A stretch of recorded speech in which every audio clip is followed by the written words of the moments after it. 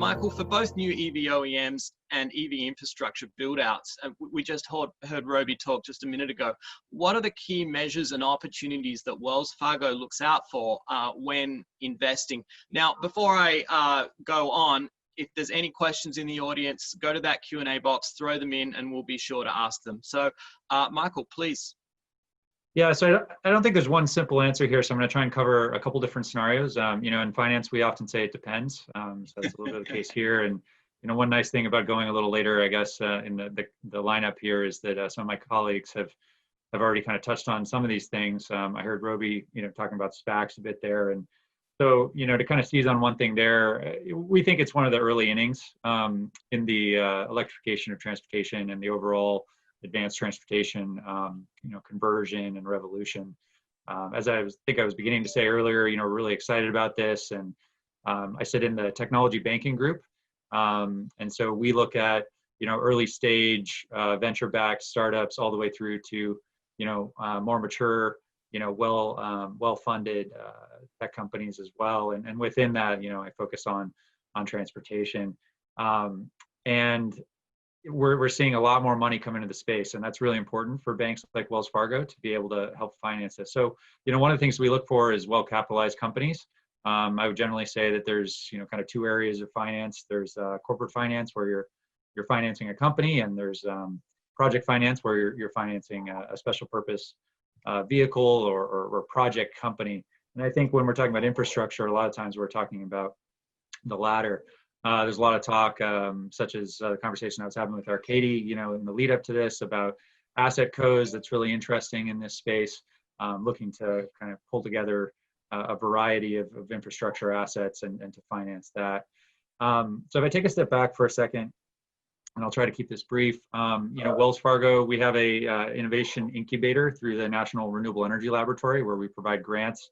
We're really active in the philanthropic space here, as well as throughout clean tech and tech. And so we've had a number of success stories there. I encourage you to, you know, see our class of companies we've done there, like PowerFlex, for example, was acquired by EDF Renewables recently, and you know, we're really proud of them and the progress they're making there. Through to our venture capital group, Wells Fargo Strategic Capital, that's making venture investments in you know, early to mid-stage companies. We're typically a follower, so we look for a strong lead that's somebody we know and, you know, kind of a household VC name. And as I touched upon earlier, we're seeing a lot of private equity come in. I think all of our other panelists have said that, and we're really excited about that too, because, you know, in order for a Wells Fargo to come in on the lending side, you know, we need the opportunity set to be de-risked to some extent. And one great thing about innovation, you know, it's driving this forward, but it also makes things a little challenging from a lender standpoint when, you know, technologies are constantly changing and innovating and mercurial, because we also look for a collateral secondary source of repayment, and I can speak to that a little bit more in a follow-on. So a couple other arms, you know, we're really strong on the equipment finance side, as well as on the auto finance side. So we're a strategic finance partner with Tesla, for example. That's well publicized. And what our auto finance group does generally is helps make loans to consumers like you and I that are buying vehicles, and they're really active on this space, as compared to the equipment finance side, which is more about helping lease and make loans to companies that are acquiring various kinds of equipment, and we're having a lot of active dialogue and collaboration with them. So on that side, one of the things we look for is strong off-takers and strong contracts that we're able to structure debt around. Yeah, thanks, Michael. Actually, I do have a couple questions. One is, the first is, do you tend to invest more in existing type technologies, or maybe emerging ones that are possibly not yet proven? There's probably some risk to their rollout. Do you have a direction that, you know, Wells Fargo tends to go? Is it more conservative, or do you tend to run with some risk sometimes? Yeah, that's a great question. So I think, you know, when we're talking about investing here, as I kind of broke down, that means a number of things to us and the finance community. So, you know, on the earlier stage side, we are active on the equity investing side. we're not a traditional venture debt lender. And so we work with a lot of third-party non-bank lenders that are venture debt providers. And so that's one of the things that our group, does for our clients for the earlier stage companies, is both introducing them to our venture investing groups. Then it's usually when they're a little bit later stage than the innovation incubator, for example, as well as introducing them to kind of non-bank lenders. And we have a very broad network there. We can be active with our clients and on the payments and treasury side earlier on, but typically earlier on, debt is more challenging. And I think that's a facet of this space as well. As companies become more mature and they have a stronger balance sheet, they become more liquid, they've garnered more investment, through some of the kinds of vehicles that I've talked about before, and are getting closer to cash flow break even, positive EBITDA. At the end of the day, kind of traditional bank lending is cash flow lending with a strong secondary source of repayment, collateral, as I mentioned before, whether that's accounts receivable, inventory or other things. So those are some of the things we look for, and it kind of really depends on where you are in that stage.